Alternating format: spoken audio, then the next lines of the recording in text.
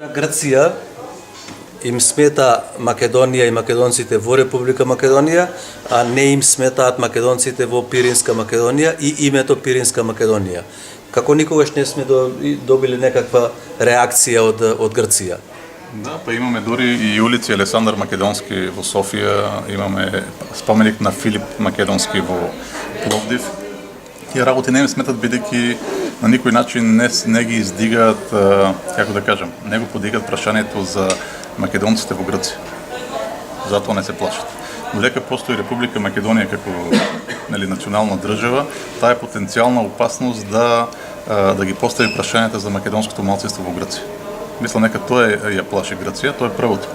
Второто од кое што и Грција и Бугарија се плашат е што со самото постоење како Македонија, Република Македонија привлекува вниманието на историчарите во светот да ги преиспитаат балканските историографии и митови, бидејќи нешто не е во ред.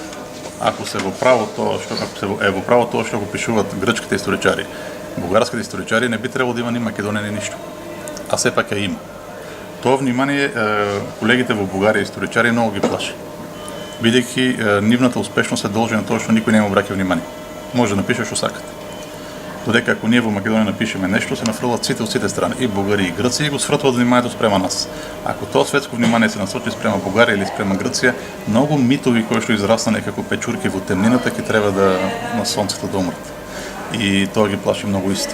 Македонија на некој начин со самото свое постоење ги подкопува, ги урива националните митови на Грција и Бугарија. И затоа не може да поднесат.